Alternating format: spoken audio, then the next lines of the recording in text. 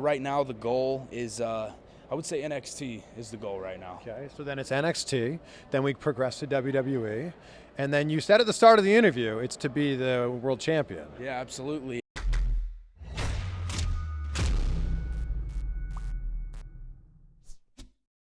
I've been looking at your stuff, very impressive, and the fact that you're only 21 years old is pretty crazy. Thank you. And look at everything that you've accomplished so far. Yeah, it's been quite the ride, I can say that. So you are currently the Evolve champion. We're here at Blueprint Wrestling, by the way, Blueprint Pro Wrestling in Deerfield Beach. But backstage, I see that you've brought the Evolve Championship with you. You travel the world with this thing? Yeah, this is actually the first weekend I've taken it with me, but it won't be the last. All right, so what happens when you go through security and you've got a championship belt? It's a lot of questions. Are you a fighter? Did you win? I'm not sure if I lost. Would I have a belt? I don't know. Right. You know? Where did you come up with the gimmick name of Theory? So, I'm not a video game guy, but when I was younger, probably around 8, when I started watching wrestling, I would do like the trampoline wrestling in the backyard. We all did. Yeah. One of my friends had a PSP. I don't know if those are still popular. Like I said, I'm not a game person. But he had a PSP, had a game on there called Tekken. And there was a guy on there, his name was Brandon Fury.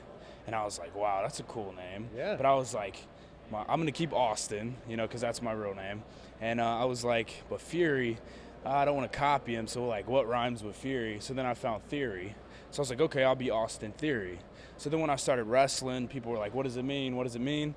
So I had this idea that a theory is unproven. It's not a fact. So if I'm unproven, I can always get better. Ooh. But then that got a little complicated to people. They couldn't really, they were like, oh, it's too much to explain. So then I was like, you know, Austin Theory sounds like a cool name. So let's just keep it at that. Like, do you have an actual theory that is the Austin Theory? Like Pythagorean's theorem? That's a theorem, but you know what I'm saying here? I would say that Austin's theory is that he will be the future WWE champion. Wow, saying it right here. Okay. Well, I mean, speaking of that, you pretty much went for the top dog. You called out John Cena. You said that he should just pass the torch right to you. Why not? You know, like, why not go after the top?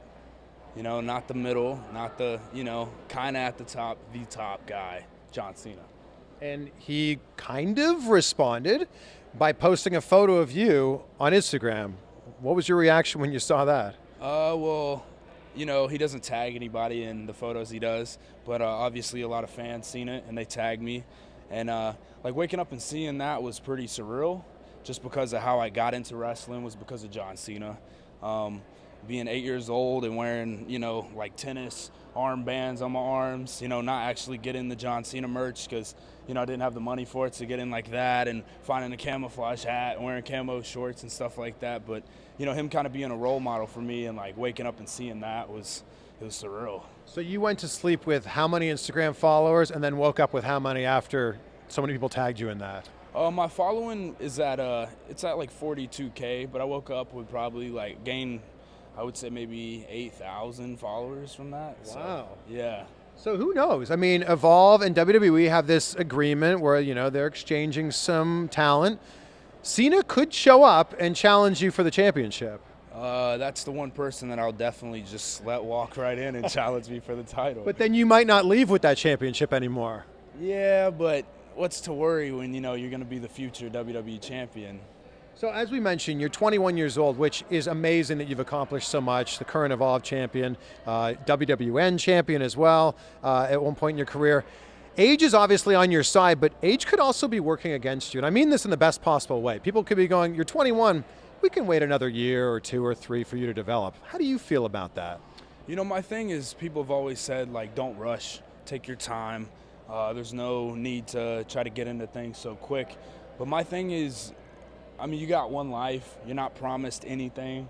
You're not promised any amount of time. You know, there's young people that have, you know, went. So my whole thing is I'm just going to take everything like as quick as I can and as fast as I can. Well, you had a tryout almost a year ago now with Right. WWE. Kind of walk us through what that tryout was like. I remember walking in and like feeling like the intimidation. and just how serious it was, and being told how big of a global company it was and stuff like that. And coming in the second day and being told, like, if you guys don't have personality, then why are you here? And then everybody was kind of like, oh, well, you guys want us to, like, make jokes now? Like, but it was cool, like, just coming out of your shell, like, the second day. And, the workouts are brutal, but it really tests your heart. And what I respect about it is going in there and just the fact that people will say, they'll do anything to have that job.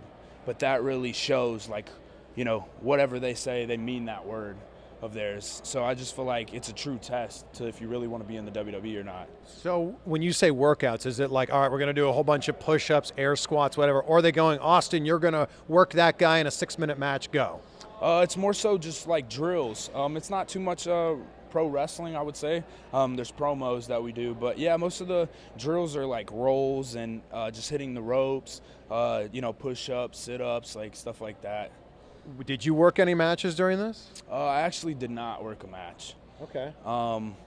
Yeah, they just told me they've seen my stuff, not to worry about it, but they told me to be ready for more promo stuff. So that's what I ended up doing. But you did work a match at Access last year, WrestleMania Access. Yeah, that was, like for an independent wrestler, WrestleMania weekend is it's a hectic weekend because there's so many matches, and the littlest things kind of build up. You might somebody might dive on you and you hit your elbow on the floor, and then that kind of starts adding up, and your body, you start feeling it. But my whole goal was I just got to make it to Access, and that was actually my last match of the weekend. And I was like, man, I just got to make it here, and I got to make an impact. For people that haven't been to WrestleMania week, I've been to the last 8, like the whole week is devoted to wrestling. You probably worked a ton of matches that week. Yeah, absolutely. It's crazy. I'm from Atlanta, and the WrestleMania that was there was in 2011. Yes. That's the only WrestleMania I've been to, and that's the only WrestleMania Access I was at. So just to go from being at my first Access and then my second one I'm actually wrestling in Access was surreal. When WWE reached out to you about the tryout, like who was it that was reaching out to you and what did they say? It was Paul Flair. It basically, it says like WWE would like to bring you in. They have interest in you and just basically see what you got. And when I got that email, it was kind of just like, is this like spam? Is this real? Is this like WWE shop, like buy a T-shirt, but no, yeah. It was real. And there's a process. You don't just get accepted into it. There's a lot of stuff you got to go through. But just being accepted into it and like taking the flight down there and actually walking in and like seeing the logo on the wall is just like, it's crazy. Like, had you sent your stuff into them, or they had been familiar with your stuff through Evolve? Just like there's a recruit page, and I would set that up. I would just do everything I could. It actually works by filling out the recruit page? Absolutely. Wow. Yeah, and now I hear there's this thing where you can actually apply to do a tryout, which is pretty cool. Wow. Okay, yeah. So you mentioned John Cena. Who else did you look up to when you were that 8-year-old kid? I would say for me, John Cena was motivation just because of stuff I was going through in my life, getting bullied and just Cena's attitude towards that, and my dad not being in my life, just having like his motivation to like no matter what, don't give up. So just having that, I couldn't give up. But yeah, Cena just for the attitude. I would say move-wise, I was a small kid. Everybody in the Indies is like, oh, sit there, he's big, and stuff. But obviously the guys in WWE are way bigger. But for me, I was like, oh, I'm a smaller kid, so I looked at Jeff Hardy a lot. I would climb up on the fence and do swantons onto the trampoline. We actually have barbed wire around our top of our fence because people try to steal our dogs. So I was like the brave one that would climb up and get his leg stuck in the barbed wire to hit a swanton or something. Jeez. Yeah, it was pretty crazy. So I'm going to announce you tonight, because I'm the ring announcer here at Blueprint Pro Wrestling, at 220. Are you a legit 220? I am not 220. Okay, we don't need to tell anyone this, though. But I am 210. Okay, that's impressive. Yeah. But if you give me like a bag of chips, I could be 220 after that. Well, you've got a background in bodybuilding, which obviously is advantageous to you. But are you able to stick to that bodybuilder diet still when you're on the road this much? The thing is with bodybuilding is it gets brought up a lot in interviews for me. It's like everything I've done in life has been a goal for WWE. So I did the bodybuilding because I had a friend that, he was like, there was a WWE scout at my show, and he offered me a tryout. He was like, but I wasn't interested because I'm a bodybuilder. But so then I'm thinking, like, hold on, like at 17, like if I do a bodybuilding show, I'm going to graduate. I'm out of school. Don't have to worry about that. Yeah. I win this show. I get a WWE tryout, and then I'm in there. So I did it. I won Mr. 2015 Teen Georgia, and didn't hear anything. But it got me good following on social media, and it still helps out to this day, just having that as an attribute, on my portfolio. But yeah, it's just always looking for a goal to get to that. But yeah, bodybuilding, just like still eating right, just eating clean and stuff. I'm not as strict anymore, because I don't have to step on stage. But that was probably one of the hardest things I've ever done. Oh, and sure. A lot of people are like, it's bodybuilding, so it's physical. It's so much more mental. And it takes your mind to this other level of just like, why are you doing this? Oh, yeah. How bad do you want it? And I just kept thinking of that ending goal. Why are you really doing this? Like, do you really want it? And that's what kind of took me back to the tryout. And that's what reminded me, the tryout and bodybuilding were similar, because it's like, do you really want this? Because your mind's going to be tested. And that's how I was there, just feeling like you're going to break down. But it clicks in here. So what's the end goal now? The end goal, there's always a new goal. Of course. I can't just reach one thing and then stop. But I would say right now the goal is, I would say NXT is the goal right now. Okay, so then it's NXT, then we progress to WWE, and then you said at the start of the interview it's to be the world champion. Yeah, absolutely. And like I said, John Cena, I'm ready for that. This actually could maybe possibly happen. Yeah, and actually watching the recent SmackDown, hearing him talk, the man, Becky Lynch, interrupting him, but him saying that he can still, sting like a butterfly or a bee, something with a bumblebee, but, him saying he can still go. Yeah. And if he can still go, well, I'm here for the show. All right. Well, have you still been in touch with WWE since your tryout? I actually have, yes. And what are they saying? Right now, we're just... still keeping things going. Like coming up, I face Johnny Gargano. It's not for the Evolve title. He wishes probably. But yeah, so that's a big match coming up. I've just been having these big matches. I had one with Velveteen Dream at Evolve. Recently faced Fabian Eichner and Roderick Strong. And now Johnny Gargano. So after this, John, maybe I'll get another one. Like, how do you feel like being the guy in Evolve? It's crazy just starting in Georgia, like the wrestling, just doing these little promotions and even hopping out of Georgia, always like, how can I get to the top? And I was able to get to the top. And when I got to Evolve, I seen guys like Matt Riddle, Keith Lee, and like they're the top guys. And I'm like, how can I do it? And before like a blink of an eye, you're there, But I think it's just like, you're like, your sacrifice and like your motivation towards this can get you there. But now just being there, it's crazy. But I feel like I'm the same person. I feel like a lot of people are watching this, maybe even seeing you for the first time, that might not have seen you in the ring, and they're going to be now YouTubing your matches. How would you describe your wrestling style? I would say hybrid. I would say that I'm athletic, I'm strong, quick. I can be technical, not too technical though. But yeah, I like to have my own unique thing. I like to, whoever I'm in the ring with, it's not like, oh, this won't be good because he's not really this or he's not really that. Like, I feel like if I get put in the ring with somebody, I can adapt to the style. Now, what do you call that finisher that you're doing? Because it's pretty badass. It's called ataxia. Ataxia? Ataxia. Okay. Yeah, I was looking for like something crazy, so chaos, and then it was kind of like, I think it's like a synonym, and ataxia is like the full loss of like full body movement. So I think like when you're flipping in the air, you don't really know where you're at, so you've like lost full control of your body. Yeah. So ataxia. Ever since the John Cena thing, what do your DMs look like now on Instagram? People are like, you're out of your league. Oh. You're crazy. You're the next John Cena. I'd love to see it. WrestleMania 36, like just all this like kind of stuff. I mean, there's obviously going to be some people that are saying some not so great stuff. How do you deal with that? It's always just been my attitude. It's weird to say this, but like John Cena growing up kind of helped me with that attitude. just meeting certain people in my life, helping me, like, you know, not worrying about what anybody has to say. I remember being in school, and I'm sure, like, there's people that like wrestling that are in high school and they deal with this, but it's kind of like this phase of elementary school, wrestling's cool, middle school, it's kind of, and high school, if you talk about it, you're kind of lame.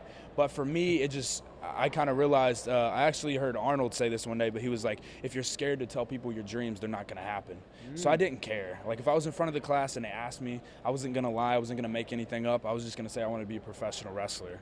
And I had, you know, there was this one time, it was my senior year, the counselor had, it was like everybody, their last names kind of like, so it was like 3 letters, so your last names like are all in a room together. So maybe like, you know, A, B, and C last names. But we were all in this room sitting around the table, and I was sitting right next to the counselor.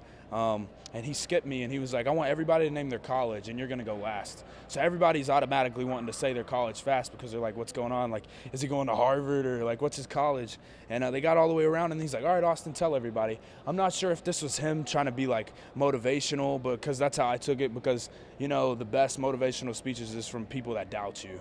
But we got all the way around. He's like, all right, tell him your college. And I was like, I want to be a professional wrestler. And everybody was like, I heard a little laughs. I heard some people like, oh my God. And then some people were like, yeah, we've heard him say that, you know? And just getting, like, running into those people, because I still live in that town, them like coming up to me in the gym, and they're like, dude, like, you're doing it. Like, it's crazy. Like, I see you on the WWE, like, website, on the articles, and you did this and did that. And yeah, it's just believing in yourself, honestly, and, you know, never giving up. With us, you know, spending a lot of time here talking about WWE, you being on WWE's webpage, do you feel like there's a certain amount of pressure on you that you have to live up to now? Absolutely. But I love the pressure, because I feel like when you don't have pressure, you tend to just stay here and nothing's going on. But I feel like with that pressure, it puts you in this situation, like, you're either going to stay the same or you're going to become better. And that's all I want to do, is be the best. Like a diamond under pressure. I was trying to get really philosophical there. Looking forward to seeing you in the ring tonight. Thank you so much for your time. Thank you, man. Appreciate it. Okay, we're backstage here at Blueprint Pro Wrestling. The show is about to start, which is why I've changed my attire here. Like, you know, like, it was the reverse Superman. I went from, like, well, I don't know what I'm talking about. There wasn't a phone booth or anything here. If you were wondering during the interview what this thing on my head was, you see it there? It's not a bad blade job. It's I had a really bad mountain biking accident at work. Like, my normal job is I'm an entertainment reporter for the Fox station in Miami. There's not mountains here in Miami, but I went mountain biking and I wiped out, like, hard and bad. So I've got a giant cut on my face here, which looks like acne a little bit. Kind of like I'm going through puberty or something. Great chat with Austin Theory. If that's your first time ever seeing him, I'm glad that we could introduce you to him. I think we'll be seeing him in NXT sometime in the next year. And by the way, Happy New Year. And if you're watching this video sometime later on in the year, because you've just found out about Austin Theory, happy St. Patrick's Day to you, or happy 4th of July, happy Halloween, or maybe you're watching this a year from now, so happy New Year 2020. Imagine Austin Theory and John Cena had a match. It seems far-fetched, but there is that crossover between WWE and Evolve, so anything could happen in the WWE. Right? Something like that. So thank you for watching. Since we talked about John Cena, we're going to put his interview with me right there. It was a fun one, where he actually admitted that he was wrong for making fun of The Rock for being a part-timer, because John Cena says he's a part-timer now. And yes, my next interview is with Chris Jericho Y2J. We'll see you soon.